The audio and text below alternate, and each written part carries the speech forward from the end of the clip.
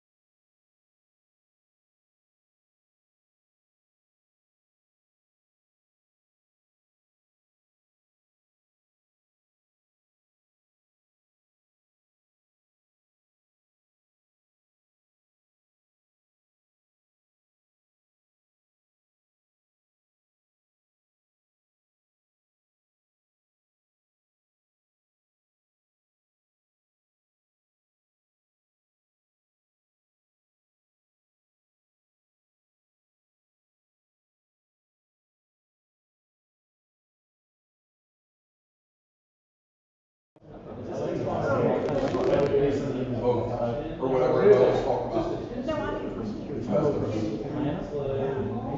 So, you know, I haven't read it all, sort of reading it. We have a poll in the back. And said, just go there, take a trip, go to the Great Wall, and turn around. The Great Wall, where it drops down. Restarting this is Very, very, Start whatever you want. Those who are thinking like a big wall. Are we ready? Two people watching, okay. All right, let's get the mics on.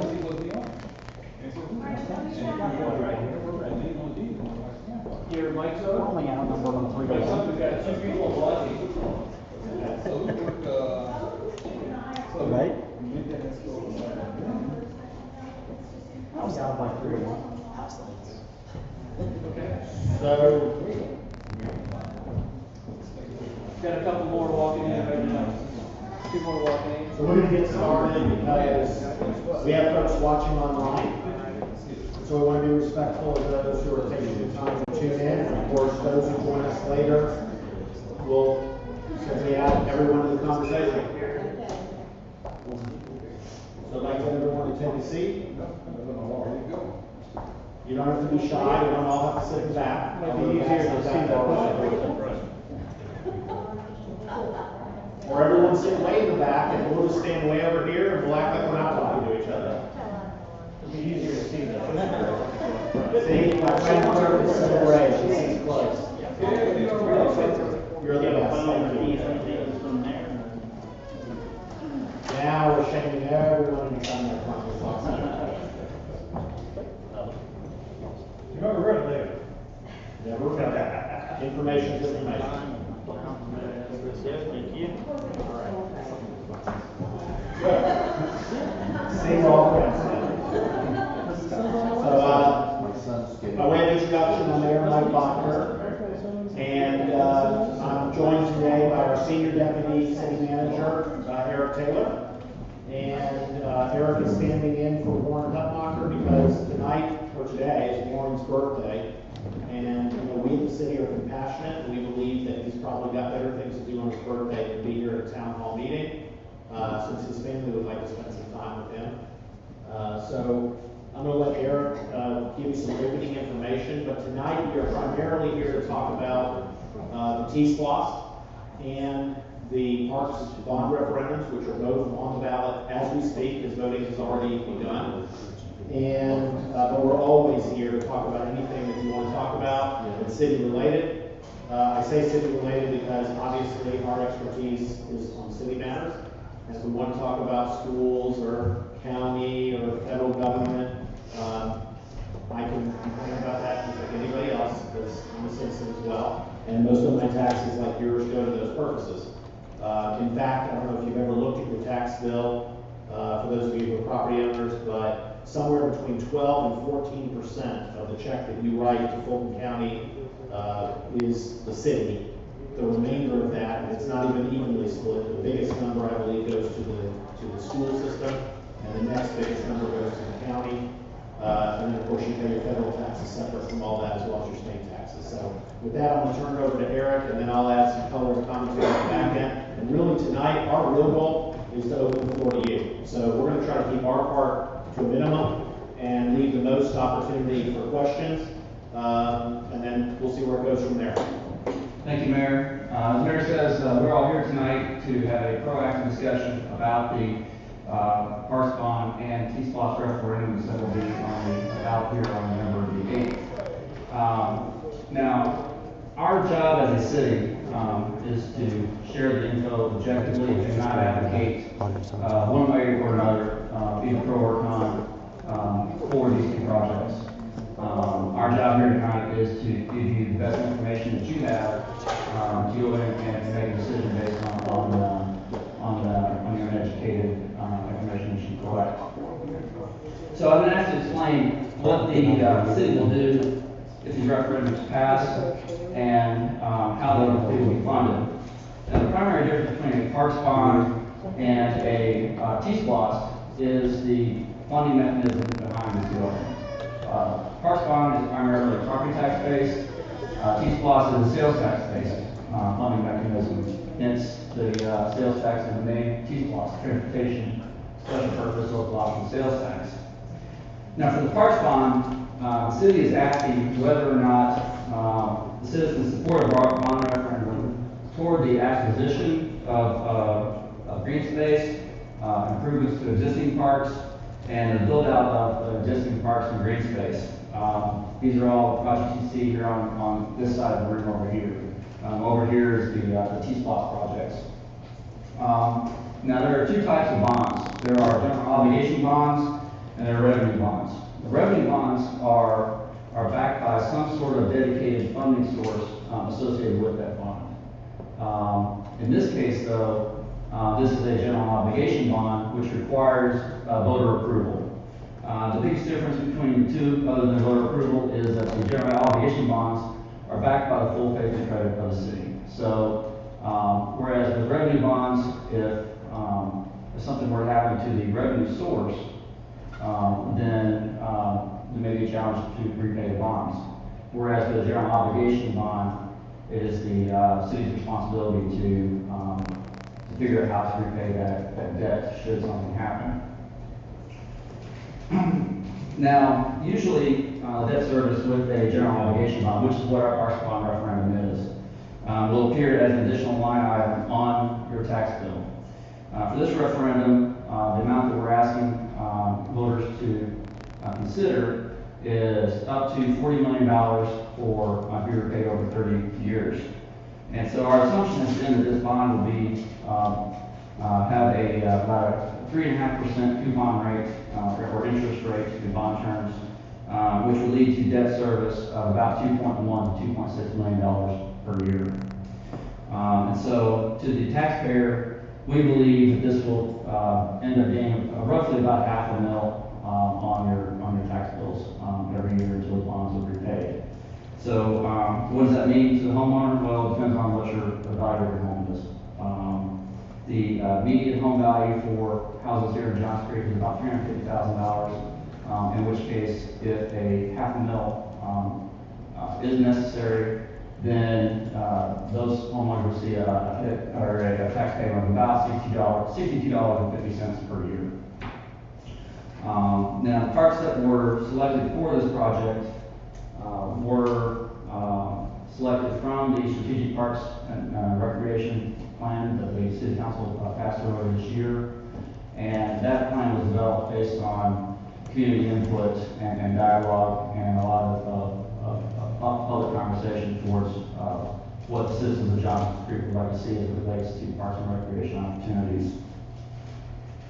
Now, TSPLOST, Transportation Special Purpose Local Option Sales Tax, is authorized by the General Assembly of the State of Georgia.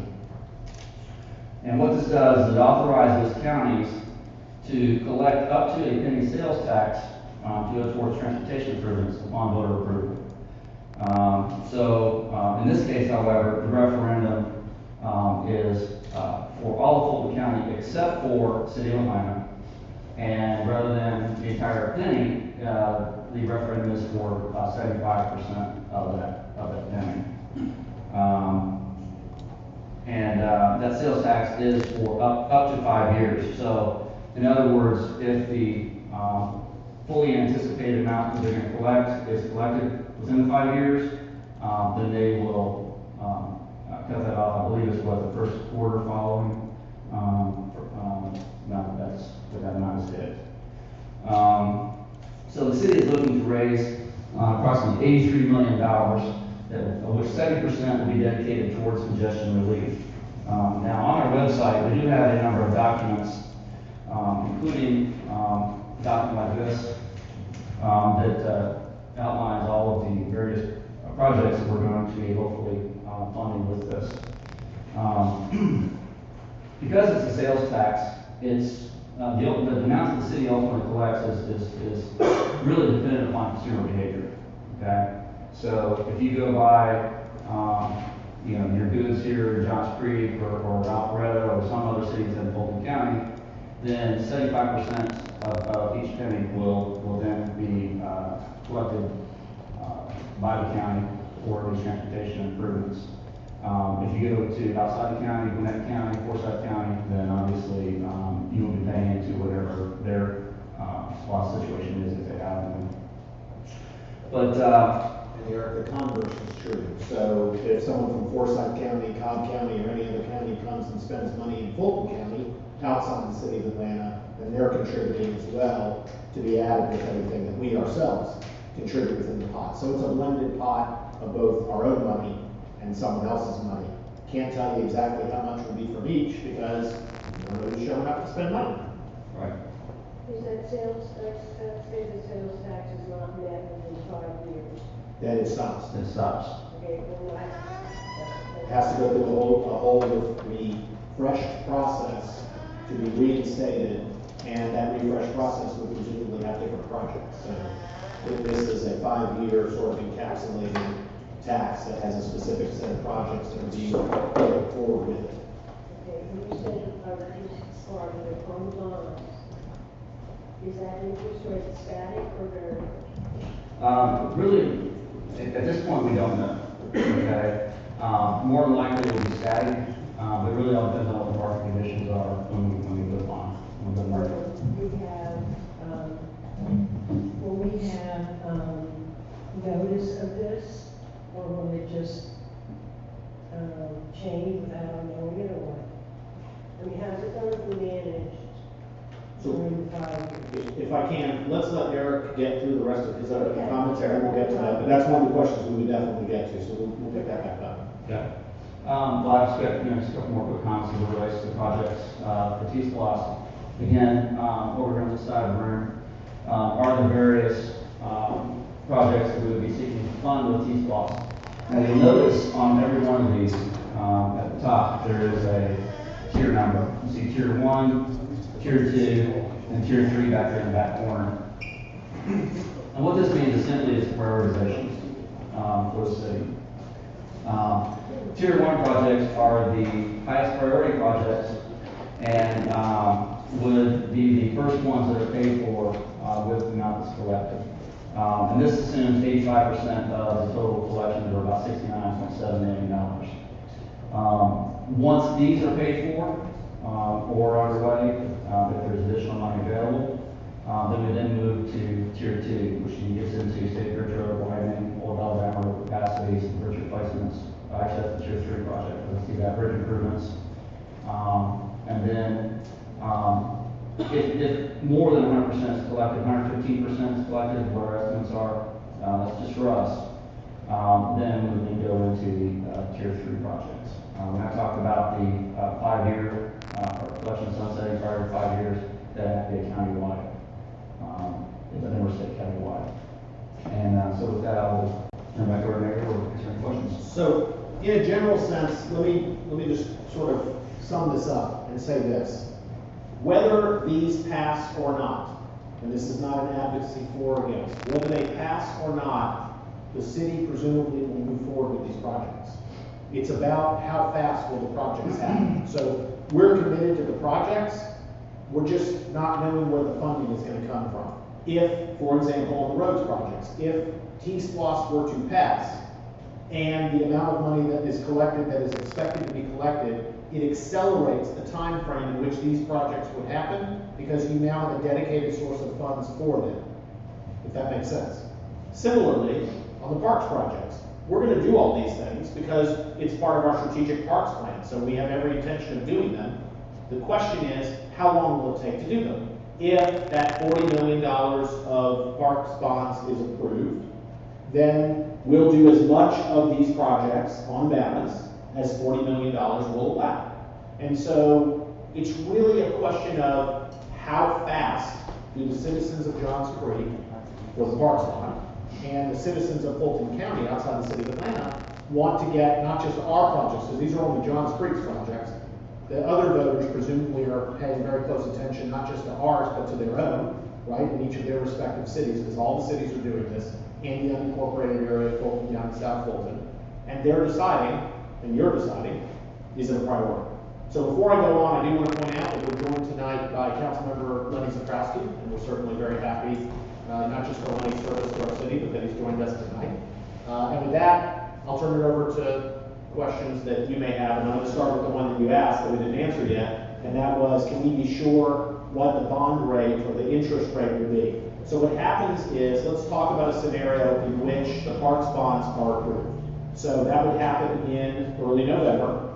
That would get certified probably by Friday of the week of the election, and we would know if it's a yes or a no. It doesn't matter unless it's a yes in that instance.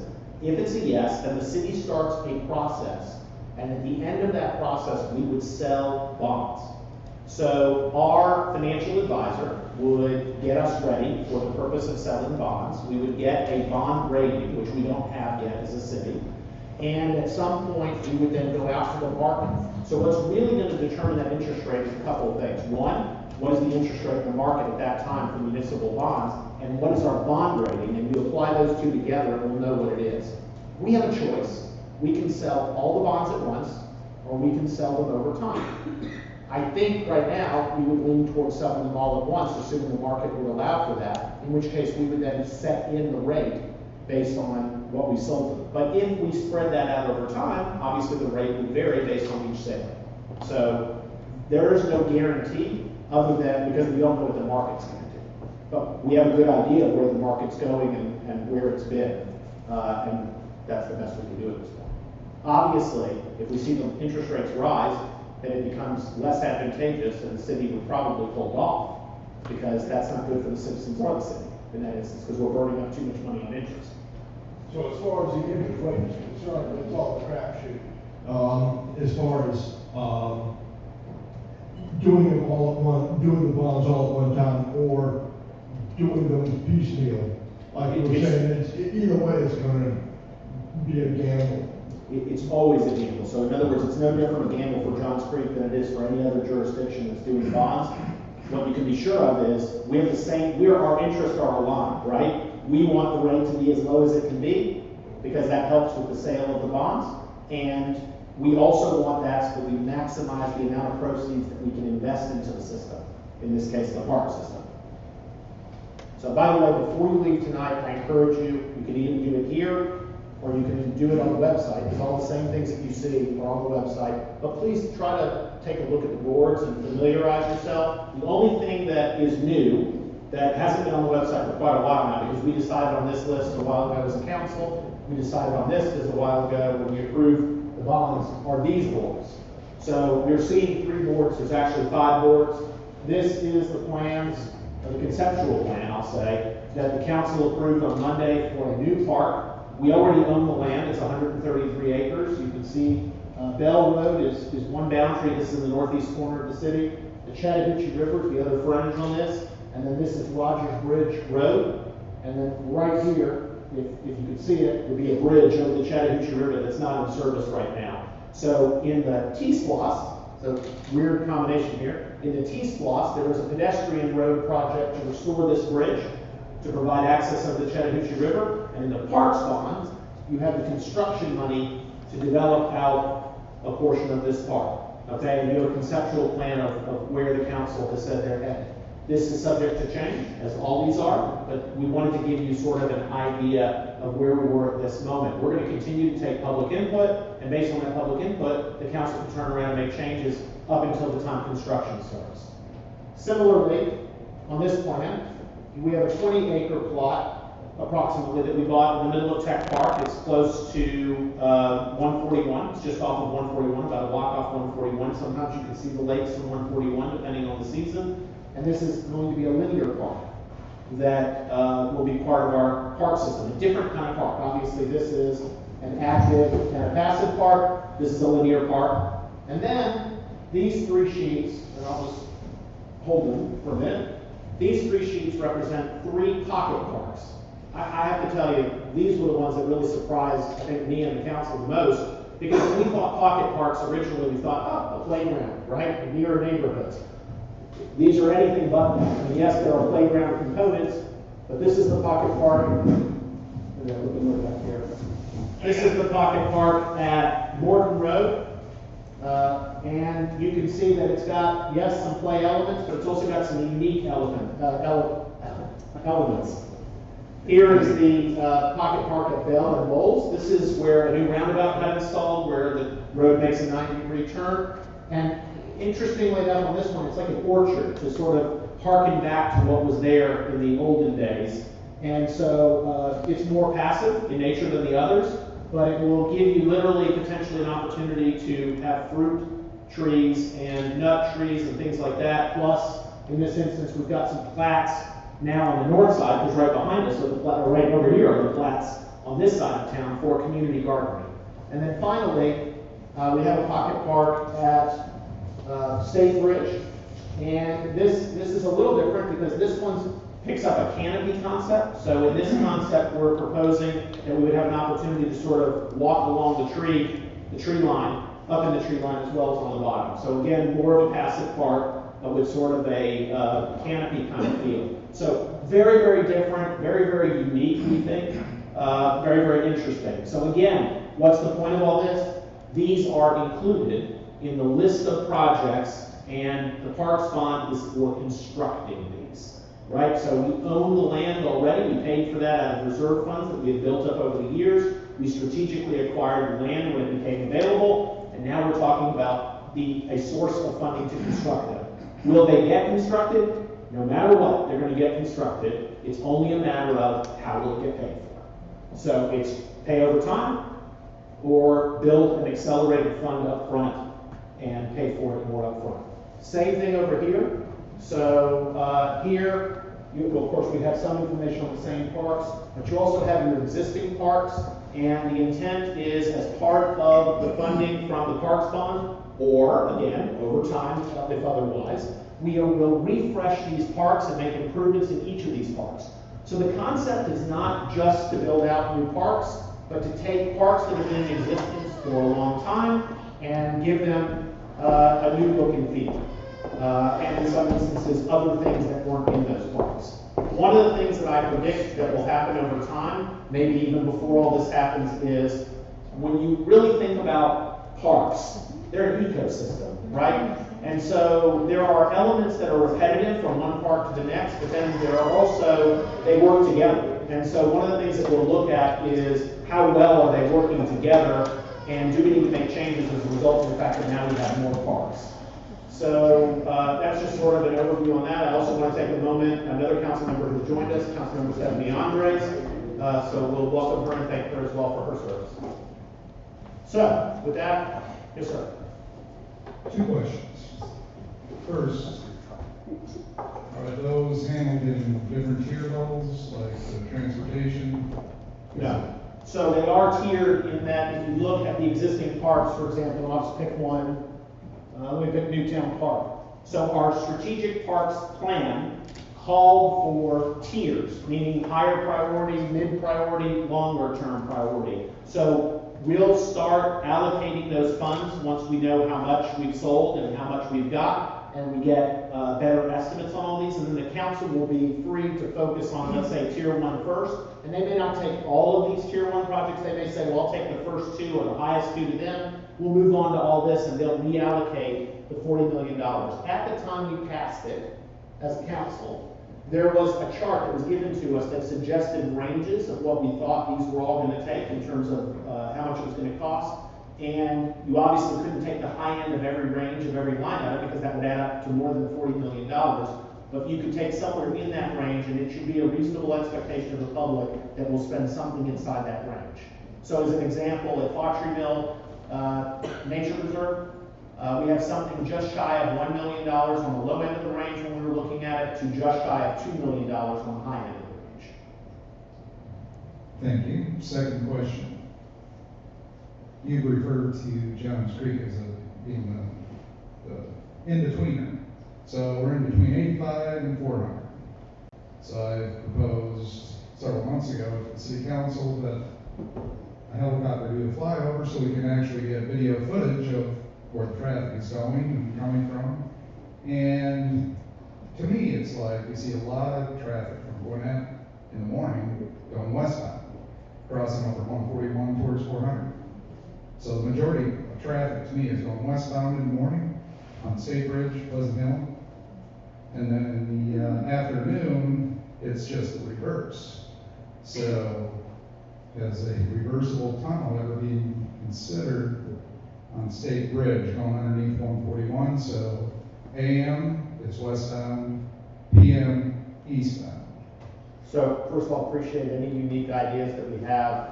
Let me use your question as an opportunity to introduce another concept. So on roads projects, all these projects, we are telling you what roads we're going to work on. We're not telling you exactly how we're going to solve every problem. We have concepts in motion for many of these, but this is the funding mechanism. The TSPLOST will be a funding mechanism. Every single project, before it were to move forward, will come back before the council and the public for the actual concept to become a design. So, for example, where you're talking about would probably be most impactful on State Bridge Road going east and west. Which is creating much of the problem. And if a person wants to, say, create a rough sketch, who does the person submit it to? Because the idea I have does not include like clover leaves, so it's not going to, Footprint take is out what the I'm hearing you say. small footprint, and it's not going to take up the existing businesses along that intersection. So, 2 places to send that, but I think the fastest way that we'll get it to the staff is if you'll send it to elected officials, plural, at johnscreekga.gov. This is on our website, so you don't have to remember it. We will pass it along, and we would love to see your ideas. So thank you. Want to get a microphone over here? So just so you know, our big thing with the mic is not necessarily we can hear you, but there are folks watching online right now because we're broadcasting this live and it will be available for folks to watch after the fact, and so we want to make sure they can hear your question as well. First, thanks for doing that. It helps us vote more intelligently, and that's why I'm here today. My question involves the TSPLOST. I recall the last TSPLOST that was presented to us that failed miserably. There was some big projects for the region, and then the city got a cut and was going to do something with it. We never really heard what that was going to be. In this case, is this TSPLOST, obviously there's city projects, and I know Roswell, Alpharetta, and everybody else is doing one. Is there a higher tier involved in this? No. So the way this TSPLOST works, me 1 second, because I pulled some information, because I anticipated a question like that. So we attempted in the process of developing the project list to characterize them, and they got characterized into some general categories, and this isn't perfect, but the categories were things like congestion relief projects, so projects that were primarily focused on congestion relief, projects that were focused on increasing pedestrian and bike movement, projects that were focused on restoring or repairing bridges, aging bridges, projects that were categorized as operations and safety. So operations and safety are helping cars get through something safer, but generally they also have a congestion relieving factor to them. They're just not primarily congestion relief. And then maintenance and safety, that's going to be things like resurfacing money, things like that. There is some money at a higher level for, let's say Fulton County, for example, for project and program maintenance, because you can't do these projects without having someone keep an eye on them. And then we didn't do it in Johns Creek, but there are other cities that did not classify a specific project, but they created a bucket called quick relief projects. This was a pot of money that would be available to them if they identified something that they sort of didn't know about at the time, they could spend it on that. We actually eliminated that from our list. To give you some sense, because for the council, we were very focused on congestion relief. So 90% of our funds are being spent on what would be projects that have a congestion relief factor to it. 67% are direct congestion relief, and another 23% are operations and safety, which have a congestion relief element to them. For the county as a whole, so now when you look at everything outside the city of Atlanta, you add all the cities by these categories, 59.2% is spent in the same manner, of which 36.2% is direct congestion relief, and 23% is operations and safety. So it doesn't work like the old TSPLOST in that there is no sort of grouped higher categories. What's happening is on a dollar for dollar basis, as the money comes in, is going to be proportionately split based on population. And so Johns Creek gets a little over 14% of the money based on our population split. And then we, the city, determined how we spend it within our borders. But so did Roswell, and so did Alpharetta, and so did all the cities in South Fulton.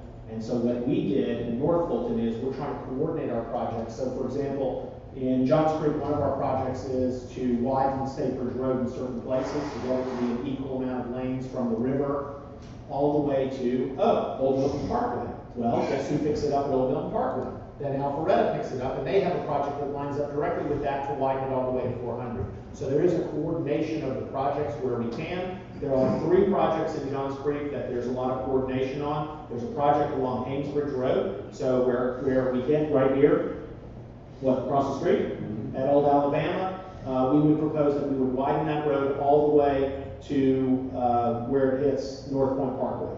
So obviously some of that is in Johns Creek. When we get down to Wentworth neighborhood, it switches over to Alpharetta. So we have a coordination with them.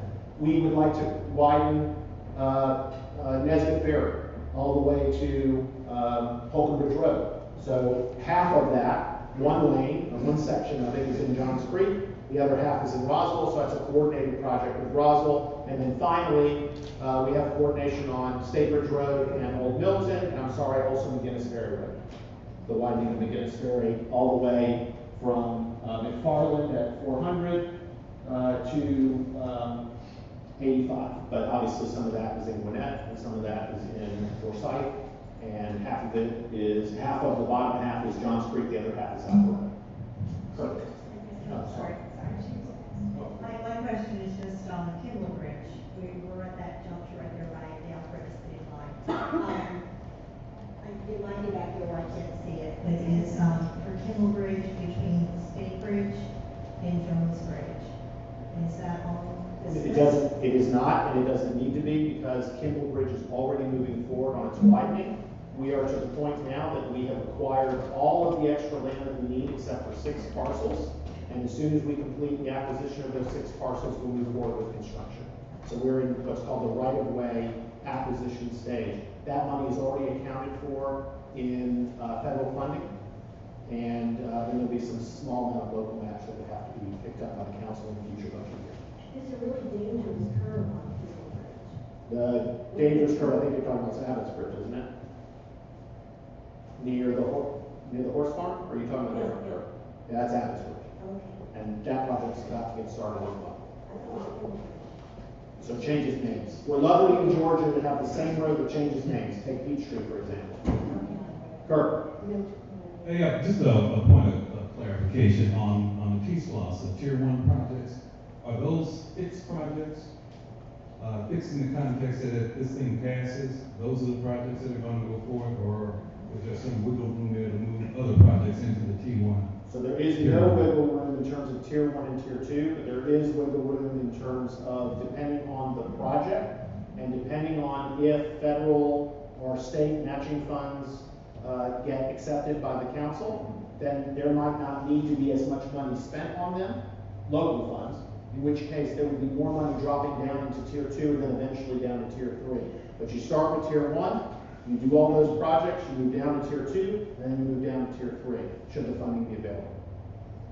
But remember, I want to keep reminding you, just as we say, for example, 11 million will get spent on Jones Bridge Road widening, that doesn't mean it'll be 11 million of local funds, because the council could say, hey, but I'll take some federal and state matching funds if they become available, or once we do the design, the project could be more than that, in which case maybe this only covers a portion of the funds. So again, this is a funding mechanism. It is not the determination of what happens with the actual projects, except that the funding must be spent on these projects.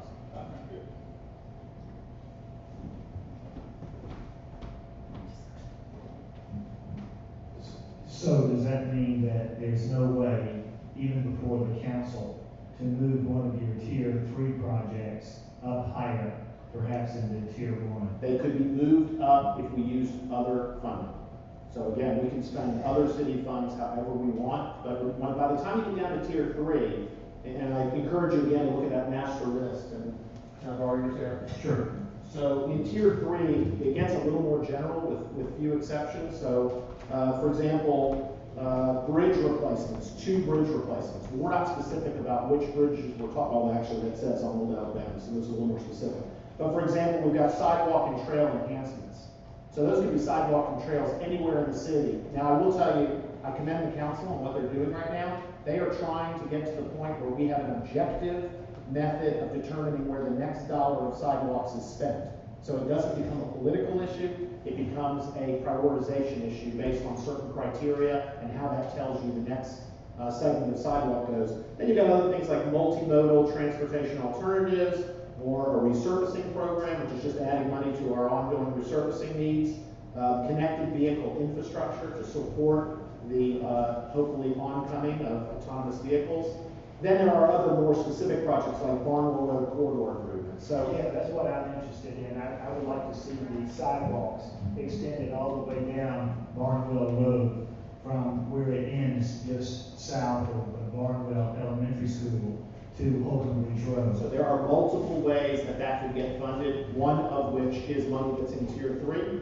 Another way of which is any road improvement along Barnwell will presumably include sidewalk improvements that go along with it for the stretch where that would be. And the third way is the council can allocate other funds from the city budget to advance wherever that falls on the list of prioritization from city council perspective. So we're not done determining the actual sidewalk prioritization criteria and matrix. When that gets finalized, you'll see sort of where that falls. You may remember that we've been working on a multi-year resurfacing program for neighborhoods. And you might remember before we started that, we came up with criteria and they all got ranked, so you could very easily see where did my neighborhood fall, if it fell at all. And we're looking for the same kind of methodology for sidewalks. So that it will be very objective. You'll know, oh, it's the 5th one down. I'd like to congratulate you on having the wooden sidewalk there at the corner of Barnwell and Jones Bridge Road repaired very quickly after apparently a tractor trailer was unable to take that turn correctly. I accept that thanks on behalf of our staff, because we had nothing to do with it. Our staff is incredible, and they were the ones who got right on it. You may not realize why there is even a wood boardwalk there. The reason is because many years ago, you've got those trees that are right near there. Had we put in a cement sidewalk, which clearly couldn't have been broken very easily, it would have killed the trees because of the root structure. So we made a choice, the prior council made a choice to put in a boardwalk to save the trees so that we could balance Mother Nature and the need for safe pedestrian access. Well done. Thank you. Yes, sir. Back to the parks, if you don't mind, for just a second.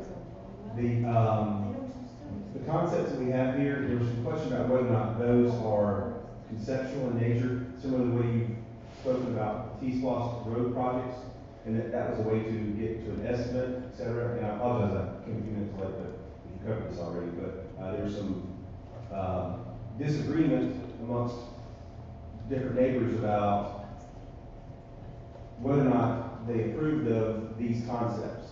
And my understanding is this is a concept to fund, to create a funding mechanism, and then we'll have individual discussions around those actual construction documents that get created. Is that correct? You are 100% correct. So again, I've emphasized this on both the roads and the parks. We have a plan, we have a strategy for the existing parks. It says what are the highest, the mid, and the long-term priorities. That's tier 1, tier 2, tier 3, not to be confused with tier 1, tier 2, tier 3 here.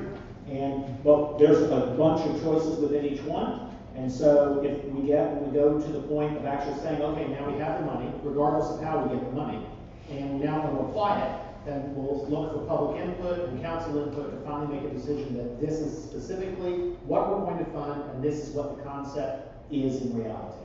And people will have an opportunity at that point to provide input to amenities and things and how we might value engineer things, for example, or. I think we'd be silly not to listen to our citizens since the parks are for them. Thank you, I want to make sure. Of which I am a citizen. The second question may not quite be so easy, hopefully it is. I was told about an apparent, I guess, council resolution I wasn't aware of, where you could use some of these park funds to repay yourselves for park acreage that had already been purchased. So we did pass a resolution to provide us the potential flexibility, but when we made the decision to move forward on the parks bond, that is now excluded. We cannot use the funds for that purpose. Thank you for that.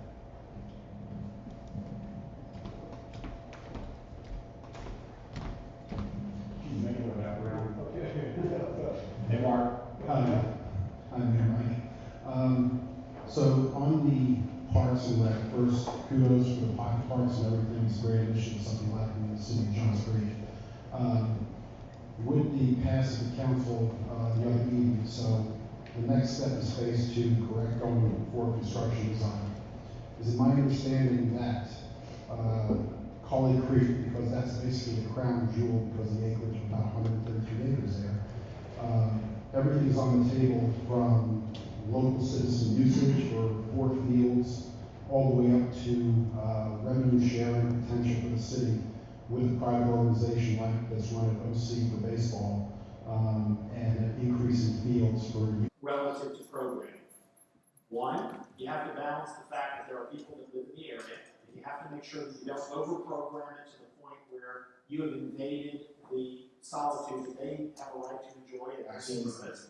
Secondly, you have to balance residents versus non-residents. Our parks are primarily for our residents, right? It's our residents that pay for them. It's our residents who should be given unfettered enjoyment of their parks. And so one of the things that we have to figure out is, whatever we do, regardless of the degree to which we do it, how do we ensure that we are primarily looking out for our residents first and anybody else second? And so one of the things that you have to be careful about when you bring an outside organization in is you've got to put a balance of rules in place to make sure that what may work for them works for us. And so that's where you have to put in things like residency requirements or percentages and things like that, and balance all that out. So it's all doable, it's all logistics, and it's just something that we'll have to decide as a council, sort of as the next thing. It's not our #1 priority right now. and that's still on the table as far as options. Well, it has to be on the table because we haven't made a decision how we're going to do it. Okay, I just want to make sure we mention the conceptual phase,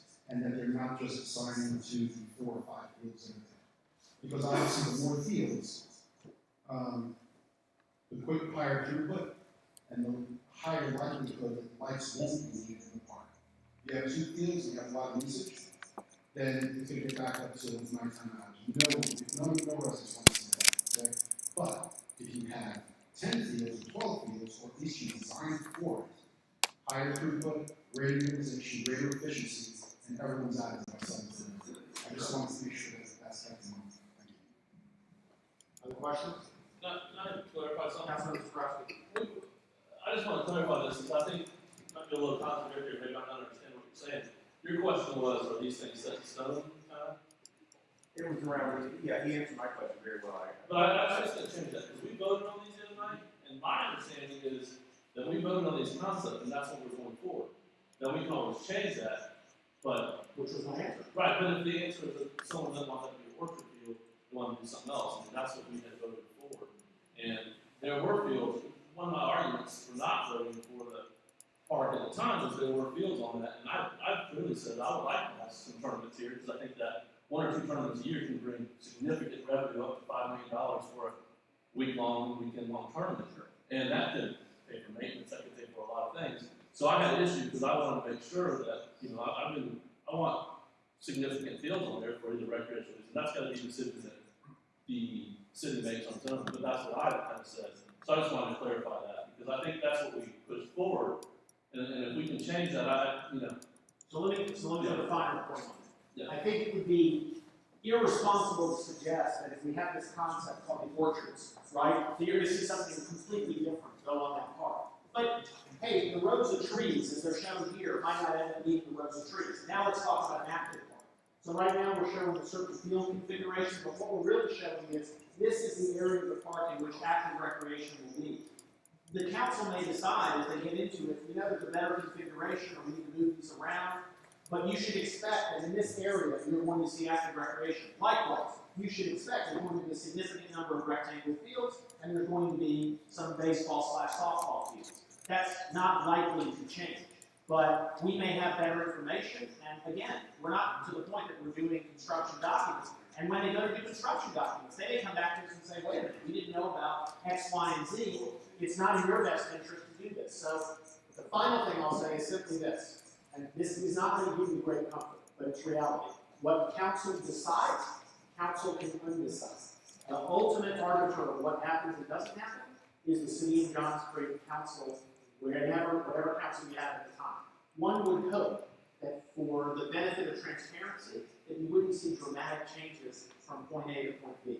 I think these concepts are where we're headed, but there could be nuanced changes to any of them. Okay, I would like to, going back into some sidewalks, and I apologize, this was addressed earlier.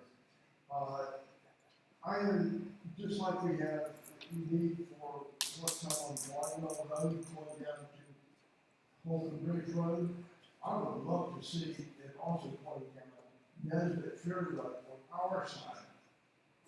A sidewalk pointing down on Johns Creek side of Nesbitt Ferry down to Holden Bridge Road. That would be one thing.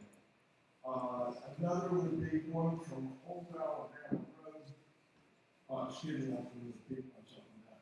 Another would be one from Mansell Road, on Haynes Bridge Road, from Mansell, going up to have a contiguous sidewalk going up to Haynes Bridge Road. There's a lot of sidewalk on Haynes Bridge Road, but they kind of jump from side to side. You're supposed to cross over. It's risky best. So I'm going to be nice if you had something going on maybe down in all the kind of Greenway and place like that. So that would be two sets of sidewalks that I like to mention. Separate issues is I'd like to thank Jennifer Chapman for doing the communication. I have the app on the Johns next door neighbor type thing, and it really is helpful getting stuff from her, as well as with the officer empty neighbor. It's an officer. I'd like to thank both of them for all the communications, because I really think a lot of information I would not have gotten otherwise. I think it's very effective use of that app. I appreciate that comment. Actually, Jennifer's not here tonight, but her partners in the communications department are back there in the back. So they work really hard on spreading information out there. So on the sidewalk thing, let me go back and say this. One of the big decisions, very important decision the council is making right now, is how objectively are we going to rank sidewalk segments? And so There are a number of criteria that we're looking at, and really the question is, how do you rank them relative to the others? And so it's things like safety, things like constructability, things like gaps. These are all criteria that we're looking at, and so the expectation is sometime over the next few months. My hope is the council will settle on a series of both criteria and prioritization within those criteria, which will then objectively look at all the sidewalks that we have and spit out, this is number one, this is number two, this is number three, and then citizens will have a fair understanding of where is the one that I care the most about in that list. Again, thanks for doing this. My question involves the $500,000 estimate for the parks. We have a millage rate cap at Johns Creek. How does that $500,000 affect that? It does not. So the way that the charter is written and was further clarified after the Charter Commission made some recommendations, bond and the general millage rate, which is what we call the GMO millage rate, are separate from each other. They both require a vote to change them above the cap or even institute it. So in the case of parks bonds, that's what your vote's really about. It doesn't mean that we will assess that millage rate, because the council could choose, I would not count on it, but they could choose to say, you know what, we're not going to ask the citizens to fund it with separate millage, we're going to cut back the budget and utilize the budget. I don't think you should go into it. You should go into it, in my mind, with the worst case scenario. So you should assume, if you say yes, that there will be additional millage to equal whatever the debt service is, and we've estimated that at roughly $500,000, and we put a final point on that. Did a little calculation, mostly because I want to see what it's going to cost me, one because I'm a citizen, I have a house. And I did a little range, and so our current millage rate is 4.360, thanks to the rollback that the council voted on. It used to be 4.614. And so we expect the millage rate, if you combine the two, the millage that covered the parks bond and the millage that we already have in place, would equal 4.951. So about 0.3 plus higher than it used to be, or 0.5-ish higher than the current rate. So for someone who had a median home in Johns Creek, which is $350,354, assuming that they had a homestead exemption only. So there are three other exemptions you could have, but I'm taking the worst case scenario, which is just one. Then that increase in taxes for that house would be $73.96 per year.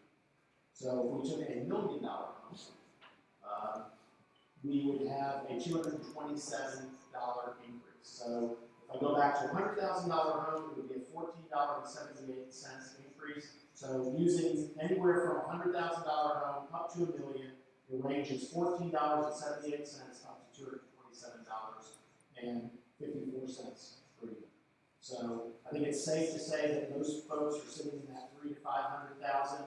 So again, a $300,000 home would be $62.06, and a $500,000 home would be $109.34. Just to put it in perspective. Yes, ma'am. I don't know if this is true,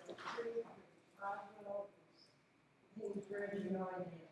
The Alabama connector from Queensbridge Road over to Old Alabama. It's a nightmare. I don't know who fixed that, if it can be fixed. It's Roswell, first of all. Okay, that's what I said. I wanted to review still maybe because it's all poison. So we can influence, we can't do anything about it per se. But we are your advocates, and so since you travel all these roads and we travel all these roads, that's where having a good relationship with our neighbors is helpful. And that's when we get our, staffs and our elected officials together and try to say, hey, let's all work on this collectively. Another question is with Barnwell from the low road. Since the park has been built, Newtown Park, there is a tremendous amount of traffic on Brumwell Road. And you have sidewalks, goes here, then it stops, then you have to cross the street. You're taking your life in your hands. I know it can't be done now, but if there's a way that we can have the sidewalks contiguous, so because people will still, and kids ride their bikes, and it's like, it's extreme, the road's not wide enough for everybody. And if it hadn't been for the park, believe me, I love the park, I wouldn't be asking for it. And I'm seeing all these tier 1 projects. Are they gonna be done, is there an order to how they're gonna be done, are they gonna be done at the same time? No, it cannot be possible. That's 2 questions, I think. Let me try to get the first one. The first one gets back to the sidewalk prioritization, right? So once the council makes that decision, we'll see where Brumbelow falls in that. But one of the other decisions that they're going to make in this is it a higher priority to put one sidewalk on one side of the road or 2 sidewalks on both sides of the road? We'll have to see how the council ultimately decides on that. Right. That's one issue.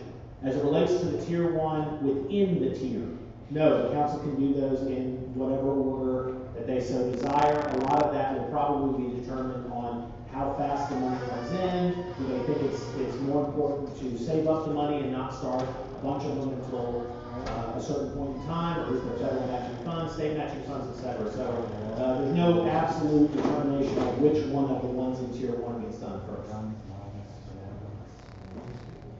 We'll come in.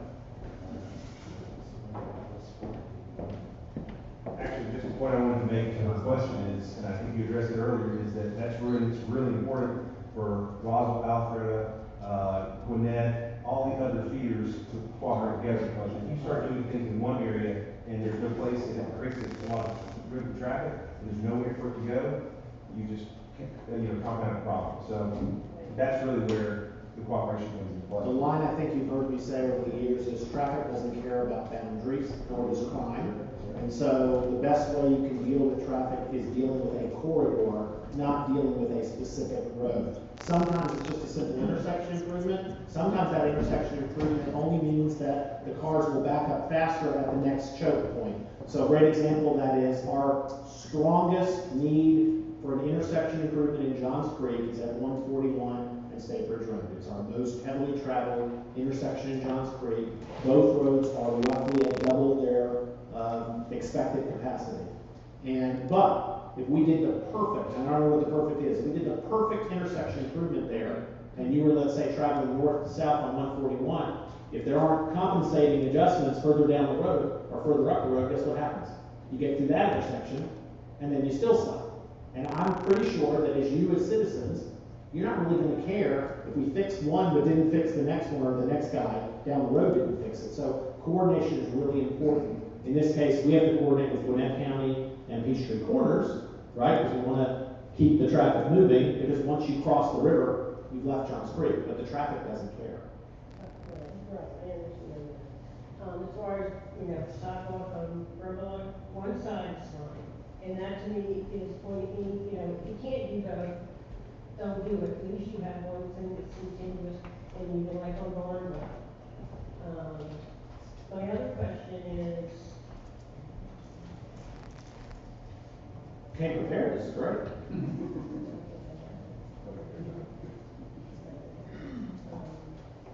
no, that's okay. We'll come back. Okay. Other questions? Yes, sir. I have one more little, maybe a tough one, but Tony brought up a vote the other night on the park lot specifically. There were 5 council members there, as I understand it. I was one who was not. Okay, so there was some concern about it, and they felt it was pushed through and rushed. Same one had some questions about the concepts versus what they prefer. Can you speak a little bit to what caused that? I'm sure it had to do partially with deadlines coming up on November 8th, but there may be other circumstances. I just think that would help clarify some of the how happy they are today. So I can only do this by expressing a personal opinion, because I'm not speaking on behalf of the city, because I can't begin to jump into the minds of my fellow council members. I believe that we had a bit of a thought process where we wanted to try to give the citizens some information about where these parks were going, versus not really saying anything other than the fact that we were planning to spend money for construction. So the question ultimately comes down to, did we do ourselves a service or disservice by passing concepts in that maybe we didn't think them through as well as we could have, or we at least sort of directionally told folks where we were heading. I believe Councilman Rogers was going to comment on that. There was a belief in the conversation conversation that the residents, when they went to vote, needed to know exactly what they were voting for, which is why I think that the plans aren't gonna change dramatically, because the urgency was to get them passed. My issue is that these were gonna be our plans regardless if the bond passed or not, so we should take our time, make sure we do it right, and make sure there's enough impact, input and feedback. And so that's where a lot of discussion came from council, was they need to know exactly what they're voting on. And so it'd be difficult to materially change those at this point if that was the viewpoint. And so. So in the world, there is no perfect plan. I'm gonna comment on that too, because I think I'm probably one of the reasons why we got to that point, because when we talked about this, you know, the first question was, we want to do a bond, and the discussion kind of came around, well, is it better to do it during a presidential election? That way more people are voting, so you get the right numbers instead of maybe 2,000 or 3,000. So I think we agreed as a council that was the best option, and then I think a lot of them were saying, hey, let's put something out there that we can show the citizens. And I gotta say, I was a little critical because I didn't want to pass them until they were right, and I didn't think we had to pass them that night. It's not either way. I think conceptually we're going the right way, and I voted yes for the pocket parks, and I voted 2 for the other 2 because I think they need little tweaks. But I think as far as the process, and I think, Mary, you might tell me in the past, but I think we were trying to be as transparent as possible, and I think we had good communication from and good citizen input, so I think we're doing the right things. It just, you know, I think it's our fault for starting this process a little late. I wish we would start a little earlier so we had more time. But I think conceptually we're going in the right areas, and I'm happy with them. I just, you know, for me, I want to say, hey, this is exactly what we want to do. That way there's no wiggle room, and that's kind of my personal preference. And again, I want to not to disagree or agree. I just want to simply point out, there's funding and there's doing. So there's no question. If you're thinking that we're going to materially change this and it's going to be completely different, I think that if I were handicapping that, I wouldn't suggest that's highly likely. But to also think that 100%, I mean, with no changes is going to happen, things only get tweaked. Similarly, on these roads projects, I mean, you don't see the actual improvement diagram here, right? They don't exist yet. From the standpoint of, it will ultimately be the council's decision on each and every one of them, what they become. Do we have an idea? Of course we do, because we couldn't have come up with a number if we had no idea. But things change, and one of the big things that could change is matching funds. They could either be accepted, or they could be around, or not around, as the case may be. Other questions? Plenty of time. If everything were done, how long do you anticipate that all this will take? That is a phenomenal question. Yeah, the answer is- Are we asking on parks or roads? So, So the question was, if all of this gets approved, how fast will it happen? So, huge difference between funding and construction. So let me start with parks. I think that it is more conceivable that parks will happen faster than slower for 2 reasons, especially on new parks. New parks people aren't using yet, so we can easily put a fence up around them, do all the construction we want as fast as is reasonable to construct them once we have the funds. Existing parks are a little slower because you have use of them currently, and you want to be very careful about not disrupting the current use and balancing that. Roads, a little different. So here's the things that we have to think about when we do roads. 1, how long will it take us to even build up enough money to be ready to do it, because there's a cash flow issue. You have to have the money to do certain phases of it. 2, how long will it take the council to pass the various plans? 3, do we want to seek additional funding over and above the TSPLOST funds? If so, we might wait simply to get that funding. Finally, and the most important one, if we were to take all this on at once, you all are going to hate our guts, because not only are we going to eventually make things better, we're going to make them a heck of a lot worse first, right? So practically speaking, you got to stage them out. So what I've been telling folks, in my opinion, again, this is Mike Bodker's opinion, I'm not speaking for the city of Johns Creek from this standpoint. I believe it's reasonable to think that in this instance, money will be collected over a 5-year period. Construction will occur more over like a 7 to 10, possibly even longer period of time. All depends on choices that the council at the time makes in how they want to proceed forward. But to think that we will collect it and do it in 5 years is completely unrealistic. Mayor, one point that I did mention earlier, in terms of the TSPLOST, if the referendum passes, collection will start April 1st of 2017. So A little bit different in terms of timing of things with a bond. We can go out to the bond market as soon as the city's ready to do it. So as soon as the city council is ready to do it. With the TSPLOST, there are other factors involved, so it's not quite as immediate. Although interestingly enough, the estimates I've heard from our staff is that the bonds are probably around April of the following year as well. So if all goes well and the interest rates are right, you can expect that we might go to market as early as around April of 2017, if approved. The other thing is, let's say you're working on a particular road, doesn't matter, if it's too small. What's gonna happen if we have a problem with another road that for some reason it's crumbled through the border ever? Are you gonna take, where are you gonna get the money from? How's that gonna work? We can't get from TSPLOST. Again, we can only use the TSPLOST money on what we've designated it for, unless that road happens to be at the place where the scope is already in the TSPLOST.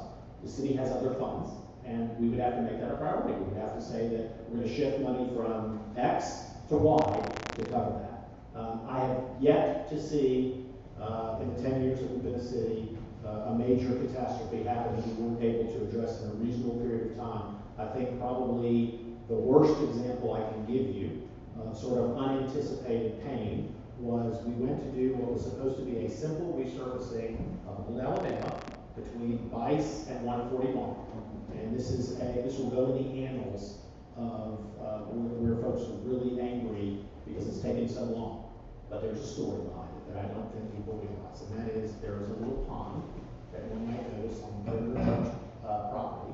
And it is my understanding that what happened over time is water from that pond and other water leached through the earthen dam and under the road. And what happened was when they went to look at the road to start the resurfacing project, they realized, oh my gosh, the base under the road, which is a key element, kind of like the foundation of their house, it had completely eroded. It was deep and was not in a condition in which to support and maintain the road. So instead of doing a simple resurfacing, we literally had to excavate out 500 million tons of wet and damp earth and replace it with dry earth after we fixed all the underlying problems and reconstruct the road. Well, when you get to that point, you can't do the whole road at once. We'd have to shut down the road. So instead, we had to take half at a time. And so there are other elements that created delays, but the biggest one was we thought it was a resurfacing project, it turned into a new road building project. And that's a very, very different thing. I don't think that's widely understood. It doesn't mean that you have any less right to be angry about it. I'm just as angry as you are. I just have a little more information. This brings up something else. When things start going wrong, for example, I've seen where on Brumbelow, there's an on-demand push the button for crossing over. And it works great when it's working. It's a great thing. But sometimes also it doesn't, it stops working. I've seen other things that have happened where maybe even a newly installed piece of intersection, like on Jones Bridge just past State Bridge, where there's a Kroger or Publix one side, and then there's the Goodwill. Yeah, you know, sometimes there are things like where it's hard to see where the medians are. So I would like to have a single place to go to say, hey, this particular item is not working, this crosswalk, this intersection, can you just put up something to make it more visible? Can you, whatever, you know, there's... So we have an app. For those who have phones that's with either on Android or iPhone, you can download an app called Johns Creek Fix It. Okay. This is not the only way to do it, but I will tell you this is very effective. Let me tell you a story I told during one of the state cities. A friend of mine lives in a neighborhood just off of Jones Bridge Road. And he happens to live, if you look through his bedroom window, through his side yard, you see a traffic light at the corner of Morton and Jones Bridge Road. Okay? Except on his side of the road is a house right there with a driveway, right directly opposing Morton Road. You may know the area. So what I never knew is that I only see the traffic light from my angle, which is going down Jones Bridge Road or coming into it from Morton. I didn't realize there was a backside of that traffic light. And it was on, and it was red all the time.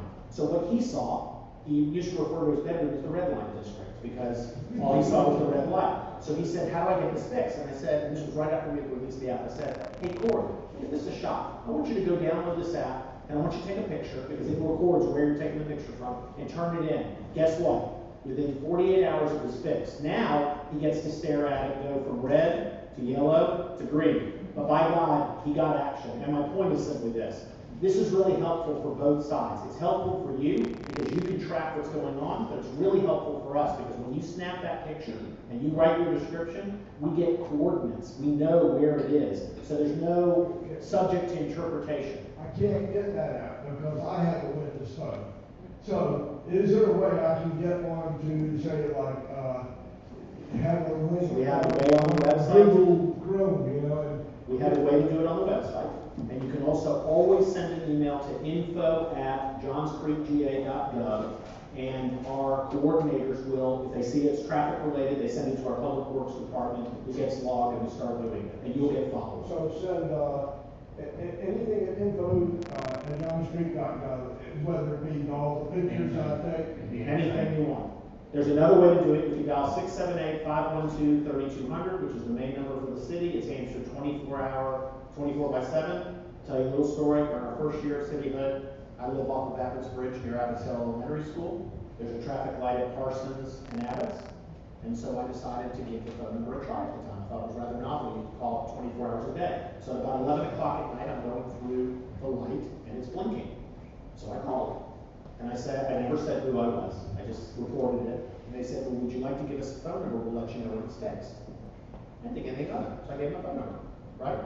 Well, they called me at 2 in the morning. They said it's fixed, which was great, except I didn't really want to call at 2 in the morning. So I didn't think how well the system worked, but obviously blinking lights need to be fixed quickly. So you can do it at info@, you can use JC Fix It, you can call our main number. Any one of those three will get you results. Question back here. So one more question about Creek Park. The plant that's there, that's currently shut down, if it gets turned up, if that becomes a viable alternative, what does that do to the park itself? Nothing. Right now it's shown in the park. So you can see it actually right here. It's more the other way around. So we have a contract. When we purchased the land, we agreed to make our best efforts to try to get this plant back into use for reclamation water purposes, meaning to create reuse of gray water. Right now, there's no one who wants it. So Fulton County has an alternate plan to get gray water flowing back in Johns Creek again. Gwinnett doesn't need the gray water. Forsyth doesn't need the gray water. So we realistically believe we've exhausted our opportunity. But for right now, the council has said we're not going to do anything with this. We can always make a decision later. We have looked at plans where we could repurpose this building to be an indoor facility of some sort, but we will literally build the park around it. There is no smell, there is no problems, there's nothing that would create a problem as a result of that. Part of that was a storage pond here and a storage pond there. We're going to incorporate those into the park in the current plans to be useful parts of the park. This is more of a safety issue for people driving. There are medians in the road in the way. At nighttime, you cannot see that. At Haynes Bridge, Holman Bridge in Nesbitt Ferry. It's like a little spade or whatever. If you can't see it at night, so you want to make a left turn, you can either hit it or run over it without any knowledge, and that could create a real problem. There's also one further down on Joey Bridge, where that Kroger is. That one we hit because we could not see it. And this isn't just Johns Creek. I mean, this is something that should be taken to every single city, in here, because, like I said, we almost lost the accident on the car. That's how hard we hit it. We weren't going that fast, but it's so high. And so there could be like yellow, paint that can. So I think Eric will take that back to our staff. We can at least look at the ones we've got in Johns Creek. I will tell you that at Jones, at the Kroger, we instituted some new things. You may have noticed that at the top of that, we've got a yellow and black striped band that has reflective qualities for that purpose, but we've not instituted that in all of our meetings, so there may be room for improvement. With the yellow and black. Okay, so we've got to be really careful here, and let me explain to you why. You may find that attractive and useful. We have other citizens who say you turn the city into an industrial zone. So I think we will duly noted your concern about safety, and let our staff and council take a look at what might be the most practical way to implement that and balance attractiveness with safety. We'll have a look at it on citywide basis. Yeah, because I think just to split yellow spray, it doesn't work as well as just having the whole thing painted yellow, just like a median is for yellow lines. Let's take a look at it. Thank you for the comment. Other questions? We are at 7:20. Certainly can end anytime you want. I'm certainly happy to stay around as well, I'm sure. Yeah, was a little late. So this goes to the TSPLOST in the projects themselves. It's more of a general practice thing. Obviously, very early on, and a big part of it is customer knowledge, the element of transparency. One of the key things about any project is, okay, what's the return of the project and how cost effective are the projects? That is certainly a key factor that would be helpful to know and to track, so that each project, we're getting the value add on it. Because as noted, just because a project is 11 million doesn't mean it's not a worthwhile project, whereas say a $500,000 project, well, it could be not well money well spent. So I would encourage you, if you would consider, if you look at the packet from the last council meeting, there was a modeling presentation by our public works staff. Now granted, please appreciate it, they had to make some assumptions as to what was the improvement going to be. And that could change. But with their assumptions, we had an outside firm model what would be the impact of these projects compared to current congestion. And so in that analysis, there's two slides I would draw your attention to.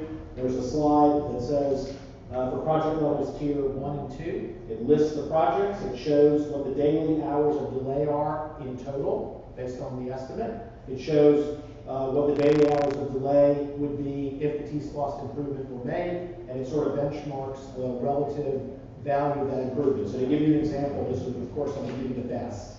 The best was JCR 006, which is the Old Alabama, Nesbitt Ferry to Old Alabama connection.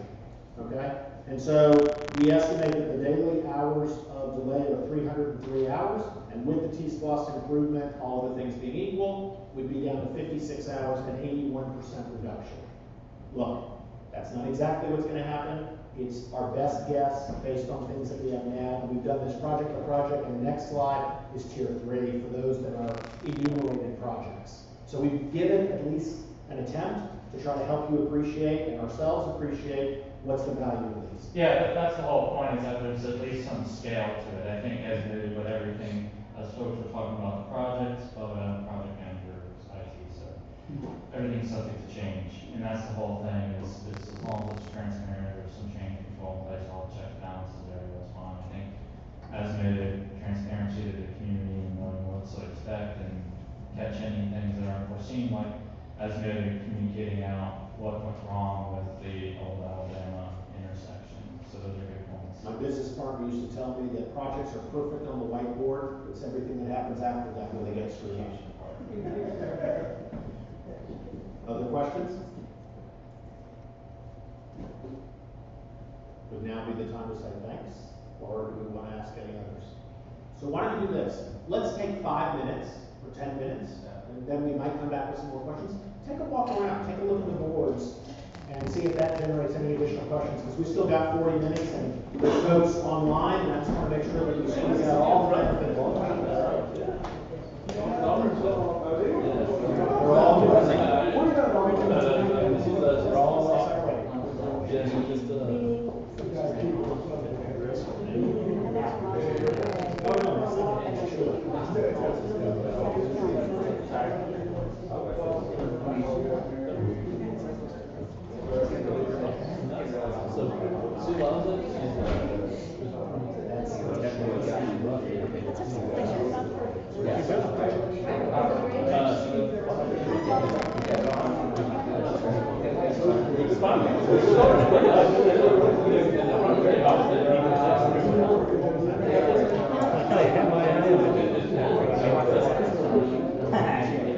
Good questions,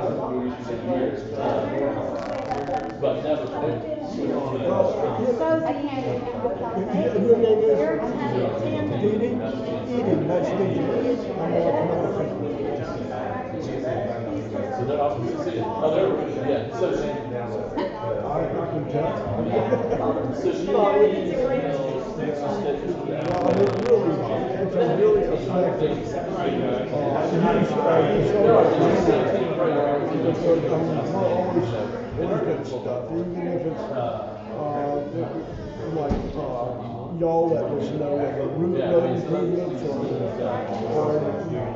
problems that are going on. And then if there's any kind of issues with the police, that's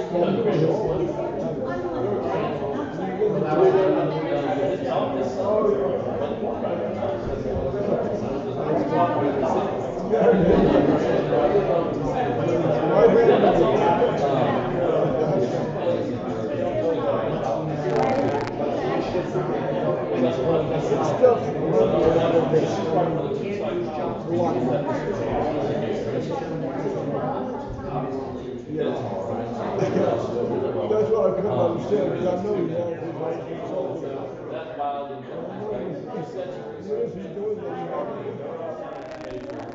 Next fall. That sounds good. I was like, cool.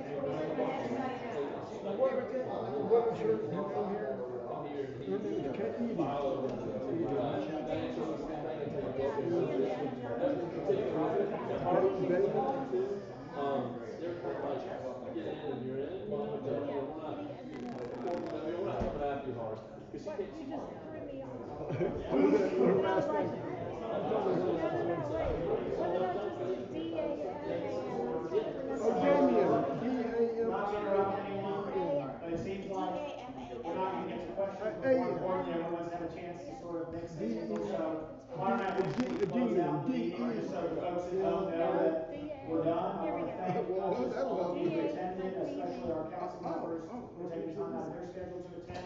I really want to thank those who took the time to take advantage of the live stream, because we're trying to do this anywhere and everywhere. This is one of the first times we have figured out a way to do live streaming away from City Hall, so we've got a new technique. Hopefully it works well, we'll find out. But again, thank you for all the citizens who came out tonight. Thank you for taking the time to get educated. It's great that you came, you asked questions. Obviously, the dialogue doesn't stop tonight. There will be another town hall meeting later in the month, which you'll see on the website. But again, we're covering the same information in all three of these. But if you come up with additional questions, you can either come back to that one or listen. Just reach out to any of us and all of us at any time. We'll always make ourselves available. My phone number is well publicized, but if anyone needs it, it's 678-451-3313. And my email address, like all the council members, is first name dot last name at johnscreekga.gov. So for me, it's mike.bodker@johnscreekga.gov, or you can send all of us an email at once at electedofficials@johnscreekga.gov. So again, thanks a lot. Have a great evening. Drive safely home for those of you who are in live attendance, and we hope to see you and hear from you soon. Have a good night. Thank you.